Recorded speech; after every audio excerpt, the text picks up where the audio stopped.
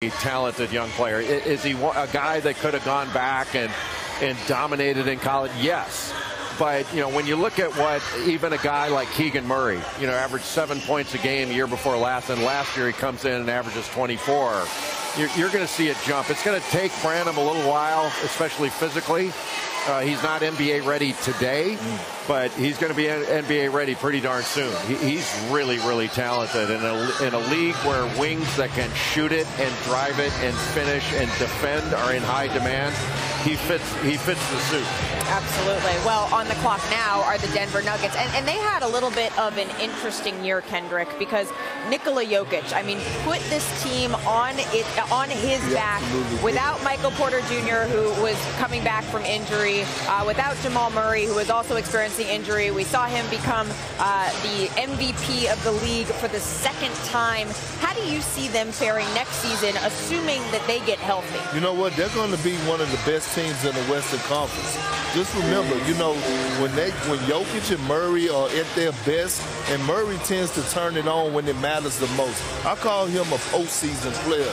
You know, he kind of coasts in the regular season, but when it matters the most, him and Jokic really become one of the better duos in the league. And we already know Michael Porter Jr., the sky is the limit for this kid. He's a walking bucket. He's getting better defensively. And we all know that Coach Michael Malone is going to hold guys accountable and get the best out of his play. Well, speaking of Coach Michael Malone, let's take a look at Denver's timeline here, because Nikola Jokic, I love that the team traveled to Serbia to hand deliver. Get this. Actually, they had to carry on the MVP trophy because they were afraid of checking it because they didn't want to lose it. And they got stopped because it looks like kind of like a big glass, you know. Somebody stopped? Yeah, they had to stop them. So obviously they were eliminated in the West in the first round.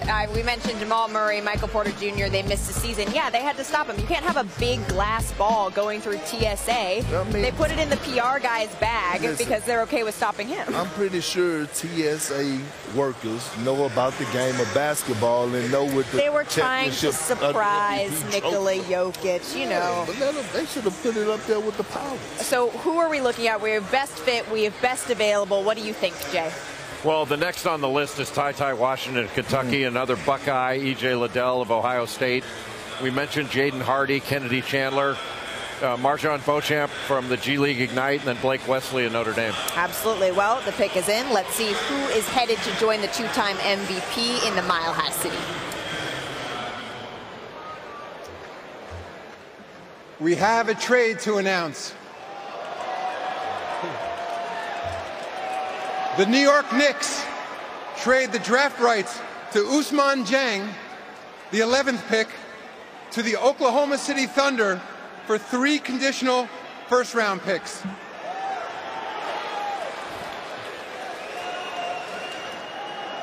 And with the 21st pick in the 2022 NBA Draft, the Denver Nuggets select Christian Braun from the University of Kansas. I love this, when young men are in the stands and they make their way down for their big moment. And there he is, Christian Braun, out of Kansas. That trade that the commissioner announced, our Adrian Wojnarowski reported earlier. But right now, this is Christian Braun's moment. Why do you love him? Because he fits that system. He's excellent moving without the ball. He's a good floor spacer, and the way that the Denver Nuggets run their offense through Jokic, you need players like Christian Braun. Yeah, he's a two-way player. You know, he defends at a high level. He can score. He rebounds. He's a good passer. He can put it on the deck. He's not a knockdown shooter. He's more of a streaky shooter, but he'll stick his nose in there. He averaged 6.5 rebounds, which almost 2 of those coming on the offensive end, so he'll crash it from the perimeter. I would say that he's not spectacular in any one area. He doesn't have an elite NBA skill, but he's solid in every area. I love that. And he doesn't have great length. You know, he's more in a box, but you know, he's just proven that he's a really good, solid basketball player. Well, and Michael Malone, he likes those solid basketball players. That's his new coach. And take a look. He had a special visitor in the stands. His coach, Bill Self. Giving him a hug. That was one of them hugs like, I'm happy for you, but you should make the right choice. Well, I mean, you want to keep great players in-house, an organization that supports youth people that are experiencing homelessness. There's Tari Eason. We may see him in Summer League. It's just 11 days, 75 games. See the stars of tomorrow take the court for the first time at NBA 2K23 Summer League from the 7th to the 17th.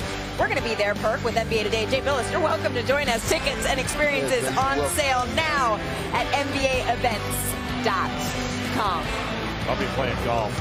You'll be playing golf? I mean, we had to invite you anyway. You're welcome to play golf in Vegas, although it's a little bit hot. All right, Jay, let's revisit it. We showed it before break. There are several young men who are still waiting to hear their name called. One of the really interesting things about this draft is its depth. Who are you looking at? Well, it depends on if it's a need pick, but if you're just going off the list that we've got, we mentioned Branham, Malachi Branham, Ty Washington, E.J. Liddell. Yeah. Jaden Hardy of the G League Ignite is an interesting prospect that's very talented. And this is the range you'd go. We're still operating essentially on the first page of all of our lists. So the 19 picks have all been off page 1. So we haven't had any really big surprises as far as guys moving up. You know, Jake LaRavia had ranked in the 20s. He went 19th. That's not a huge surprise, not a huge jump. Blake Wesley of Notre Dame. This is the range you could see an athletic wing who's young and very talented like Blake Wesley going. Park, Jay mentioned it. There's the best available, and then there's the best fit. When you're looking at the San Antonio Spurs, a group that has a fantastic young core, what do you see as the best fit? You know what? I think you can't really pass on Jaden Hardy, right? I believe his game is going to translate in the NBA so well. He's a guy that is capable of having big nights. I'm not saying that he will come in and just be a 20-point per game scorer, but he could have those nights where he actually have 30. I could see him coming in and playing a six-man type role, getting his feet wet a little bit instead of and keep growing and developing. Well, the Spurs, they have really exciting players. Let's see who is going to join them, sending it back to Commissioner Adam Silver. With the 20th pick in the 2020 NBA Draft, the San Antonio Spurs select Malachi Branham from The Ohio State University. He put a little bit of chutzpah in that The Ohio State University. Well, they just trademarked it. There you go. So it's important. Malachi, the first Ohio Mr. Basketball at St. Vincent St. Mary's since one Mr. LeBron James. And I just love this. He said that his goals were to, one, become the Big Ten Freshman of the Year, which he achieved, and then to become an NBA player. And now that he has been selected by the San Antonio Spurs, he has achieved both. He was Ohio State's highest-ranked commit since D'Angelo Russell in 2014. Initially, the plan wasn't for him to be one and done. But, Jay, I mean, you saw this. He slowly progressed as the year went on. He looked like one of the most talented perimeter players in the country. I think this is a steal for San Antonio. They've got a great prospect here in Malachi Branham. Mentioned he went to St. Vincent St. Mary's. You go there, you can never be the best player in school history because of LeBron James. But Malachi Branham, and there's LeBron James. That's back in 2002. He was drafted in 2003. That was my first draft with ESPN. It was a pretty darn good one. But he is a three-level scorer. He's got a great shooting touch, really uncommon, and a very fast learner. He shot 83% from the foul line this last year. That was second in the Big Ten. He's excellent 7 feet and in. He gets to his spots. His mid-range game is outstanding. Another really good cutter, an excellent finisher, and a really good pick-and-roll handler.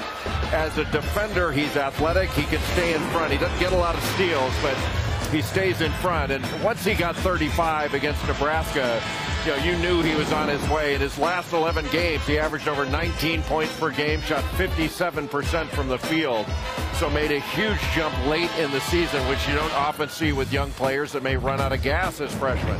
He didn't run out of gas. He stepped on the gas at the end of the year. I think he's going to be an outstanding NBA player. This is a great pick for San Antonio. And what a great moment that we are getting to see now as he heads across the stage, shakes hands with NBA Commissioner Adam Silver in a fresh jacket, I might add. And Jay, I mean, you said it, a steal, you think, that is headed to San Antonio. I actually thought he could have been taken in the lottery. Wow.